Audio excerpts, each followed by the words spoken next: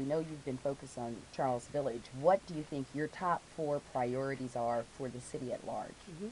I've actually been doing a lot of work in other communities, not just Charles Village, even before I decided to run. Like? Well, I've been one of my clients is St. Ambrose Housing Needs Center, or was, and so they've been doing work all over the city on making sure that they're helping people prevent foreclosure. They're making sure that everybody has a decent place to live, and so I've learned a lot from them and done some work in those areas where they. What's the best go. housing model you've seen? Gosh, it's very difficult to come up with that, but Sandtown I do know. Habitat. Well, There you go, Sandtown Habitat. well, that's definitely a good model. I think that the Habitat model is a good one. I think what St. Ambrose is doing is good. But I think we've got to take a lot of different things, because it's not just one thing that's going to work in the city. There's going to be a lot of great things going on, and we've got to help our nonprofits that are doing good work.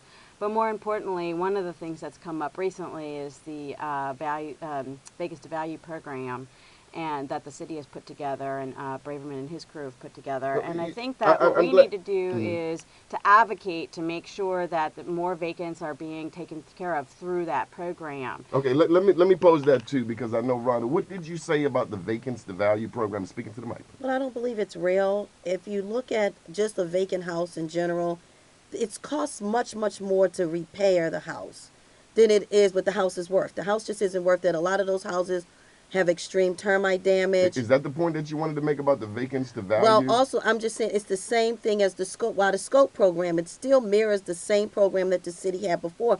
They just changed the name. Okay, well, let me pull in Jody, because I know you know about both of those. What's your take on Vacants to Value, scope? And for those who don't know, scope is... It's selling city-owned property efficiently, and it's basically they're listing city-owned property with real estate agents on the open market. I'm sorry, the Vacant to Value program includes privately owned houses also. There's Well, 2 components. Yeah, of it. but so just the scope is there are agents selling houses on the open market. They're listed for anyone to put in an offer. The Vacants to Value is a program that was put together by the city in order to use all of the city enforcement mechanisms to try to push more property owners into either sell their property or have the city take the property back. Oh, that you're shaking your head. The preference is not to take the property back. But what they're trying to do is they're pushing these properties to a preferred group of investors and rehabbers. But that's not part of the Vacants to Value. That is the Vacants to Value. They are being sold individually as well. I just had a whole conversation about it. They've got a big event coming up June 18th at Winston Middle School. Who is they? And that the city for Vacants to Value, and part of it is Does it work? individually. Well, we have to see. The people have to be able to purchase them, but there's a lot of grant money available for people to be able to do down payments. Okay, let me pass it around. Let everybody get a shot. It's 203K financings, which is what they're purchasing, and that's 2 loans. Most people with 203Ks have proven to lose their homes. Does it work?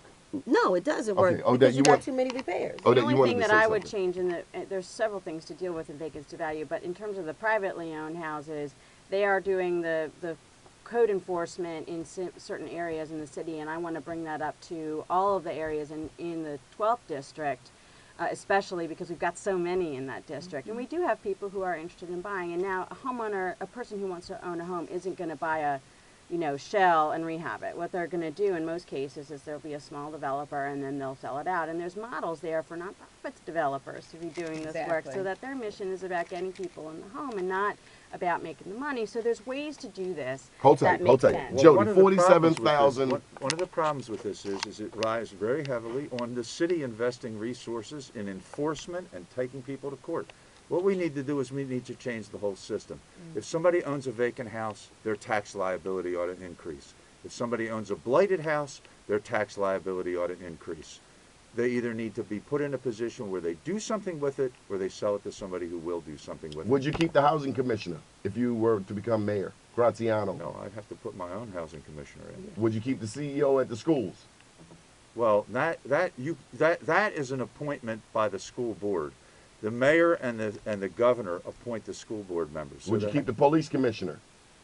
Yeah, I would keep the police. Would you keep Cheryl Goldstein? But I would She's do an married to- evaluation every single 6 months on the performance of these folks. Okay, and Cheryl they have to Goldstein. perform. She's married to the state's attorney. Yes, she works in the mayor's office of crime and blah blah blah, commission on locking up black people. I can't say. I don't know. I don't know what her performance is. One councilman told me it's a conflict of interest for her to be married to the state's attorney, but yet making crime and criminal justice decisions for the city of Baltimore. Again, I'm not close enough to the situation to say, and I wouldn't want to put in a position of being saying I'd evaluate them just on the radio by some Okay, hearsay okay. information. I'm Okay. sorry.